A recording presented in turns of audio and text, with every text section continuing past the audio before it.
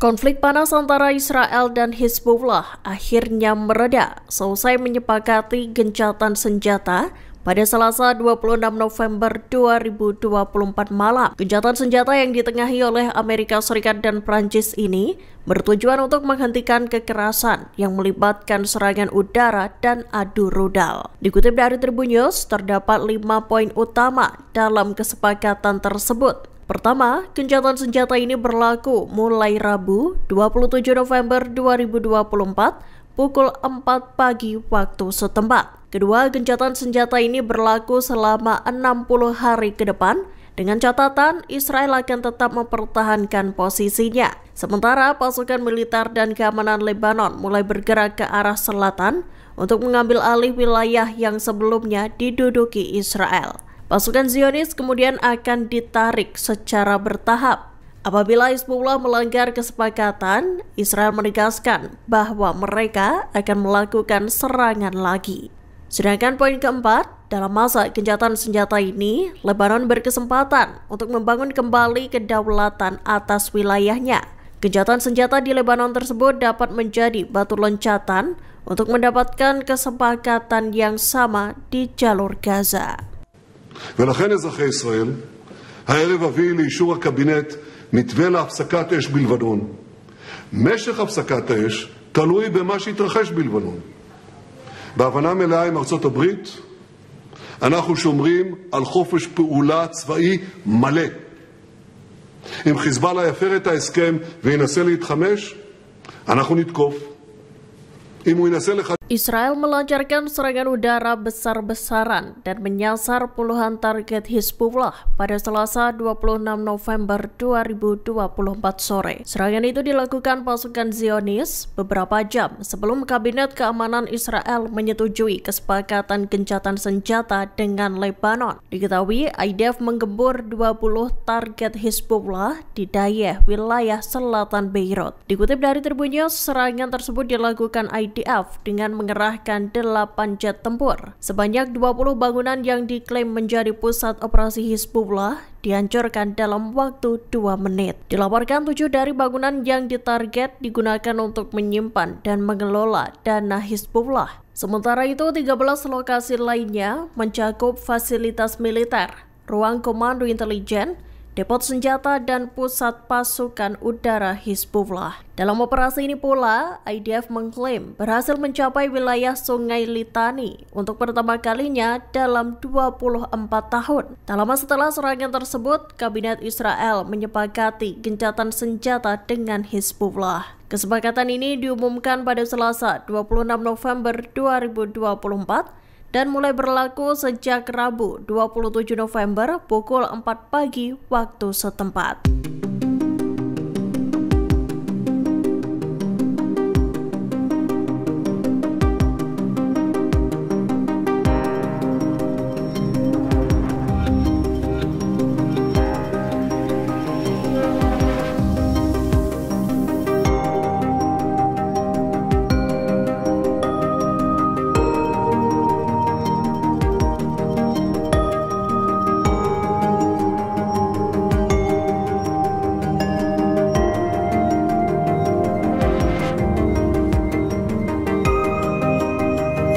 Saat gencatan senjata berlangsung di Lebanon, Hizbullah melaporkan adanya serangan artileri. Diketahui serangan itu dilesatkan oleh militer Israel beberapa jam setelah adanya kesepakatan untuk menghentikan perang selama 60 hari. Dikutip dari Tribun News, kota Fargila dan Khiam di Lebanon Selatan menjadi sasaran serangan IDF. Menurut laporan, 3 tank Merkava milik Israel melintasi gerbang Fatima di tembok pemisah yang terletak di kota Fargila. Tank-tank tersebut bergerak menuju kawasan Tal Nahas, wilayah yang dianggap strategis di Lebanon Selatan. Sementara itu, pasukan pertahanan Israel IDF mengeluarkan pernyataan bahwa mereka menembaki beberapa kendaraan yang membawa tersangka. Aksi itu dilakukan untuk mencegah para tersangka memasuki area terlarang di wilayah perbatasan. Menurut IDF, penembakan itu berhasil menghalau kendaraan tersebut kembali ke wilayah Lebanon.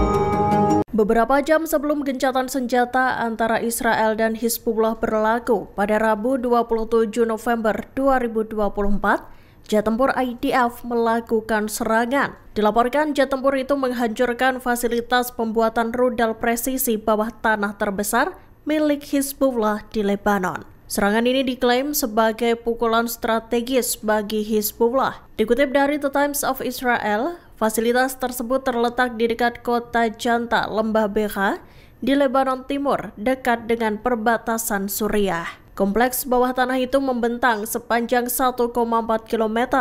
IDF mengklaim kompleks itu digunakan Hizbullah untuk memproduksi serta menyimpan rudal berpemandu presisi. Menurut IDF, fasilitas ini dibangun beberapa tahun lalu dengan dukungan langsung dari Iran. Keberadaannya yang dekat dengan Suriah mempermudah penyelundupan komponen rudal dan pergerakan operator antara kedua negara. Sebelumnya, serangan ini diawali dengan penargetan di wilayah sekitarnya, termasuk pangkalan utama pasukan Radwan milik Hizbullah. Militer Israel memperkirakan puluhan anggota Hizbullah tewas dalam serangan tersebut.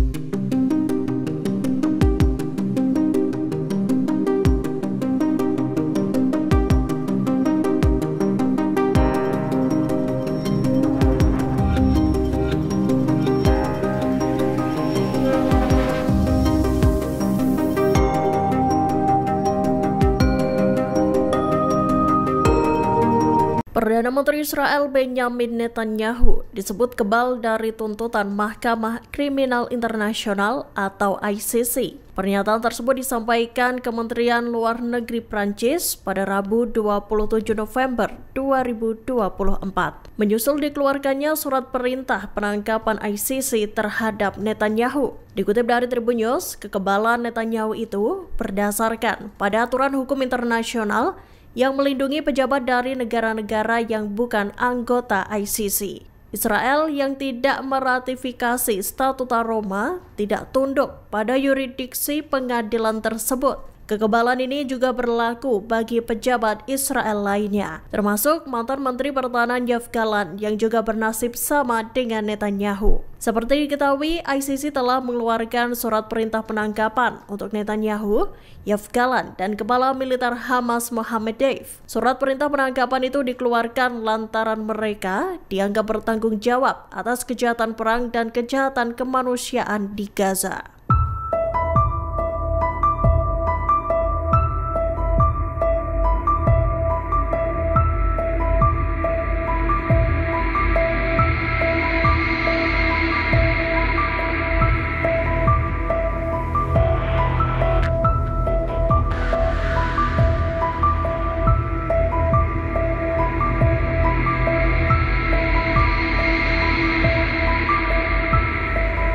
Israel mengumumkan niat untuk mengajukan banding atas surat perintah penangkapan terhadap Perdana Menteri Benjamin Netanyahu. Seperti diketahui, Mahkamah Pidana Internasional ICC mengeluarkan surat penangkapan tersebut pada Kamis 21 November 2024 lalu. Selain Netanyahu, surat perintah penangkapan itu juga ditujukan pada mantan Menteri Pertahanan Israel Yoav Gallant dan pimpinan Hamas Mohammed Deif. Dikutip dari Tribun News, surat perintah ini terkait dengan dugaan pelanggaran hukum internasional selama operasi militer Israel di Gaza. Dalam pernyataannya, pemerintah Israel menegaskan bahwa pihaknya akan mencari penangguhan pelaksanaan surat perintah tersebut hingga proses banding selesai. Langkah tersebut dilakukan sebagai upaya untuk melawan tudingan yang menurut Israel tak adil dan bermotif politik. Selain itu, Israel juga meragukan legitimasi surat perintah penangkapan tersebut. Menurut pihaknya, upaya banding itu bertujuan untuk mempertahankan hak mereka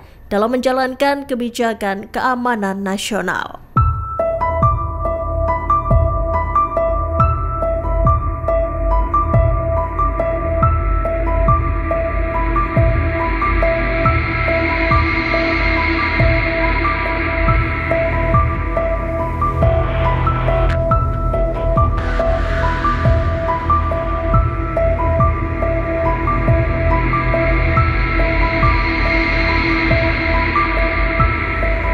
Selesai gencatan senjata diberlakukan di Lebanon pada Rabu 27 November 2024, warga berbondong-bondong kembali ke rumah mereka. Tak disangka, sejumlah warga menemukan surat yang sengaja ditinggalkan oleh pejuang Hizbullah. Dalam surat itu, para pejuang Hizbullah meminta maaf pada para warga sipil.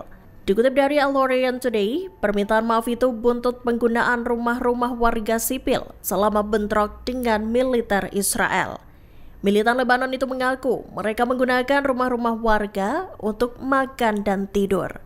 Potret sejumlah surat tulis tangan itu tampak beredar di media sosial X pada Kamis 28 November 2024. Dalam suratnya, pejuang Hizbullah juga meminta maaf lantaran memakai sejumlah barang yang ada di dalam rumah warga, seperti deterjen, air, dan peralatan dapur. Rupanya tak hanya surat saja yang ditinggalkan.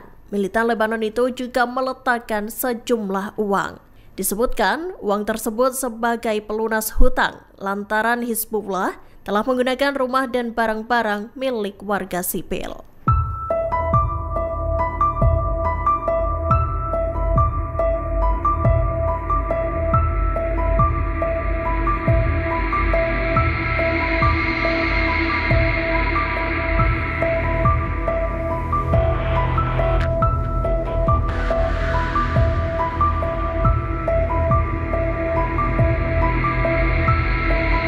Badan Intelijen Israel Shin Bet baru-baru ini mengklaim telah menggagalkan upaya Iran untuk menyelundupkan senjata dalam jumlah besar. Disebutkan senjata-senjata itu dikirimkan untuk militan yang ada di tepi barat. Dalam pernyataannya pada Rabu 27 November 2024, penyitaan itu dilakukan dalam operasi gabungan antara Shin Bet dan pasukan pertahanan Israel atau IDF. Sejumlah besar senjata dari Iran itu dilaporkan terkubur di bawah tanah. Puluhan senjata itu kemudian diidentifikasi oleh militer Israel. Di antara senjata-senjata yang disita, 40 alat peledak diidentifikasi berjenis Claymore berkualitas dan 33 Claymore darurat. Ada pula 6 peluncur RPG, 24 RPG, 3 roket 107 mm, 2 peluncur mortir 60 mm, dan 20 mortir. Ditemukan juga 6 senapan serbu M16, 1 M4, serta 7 senapan runduk dan 27 pistol.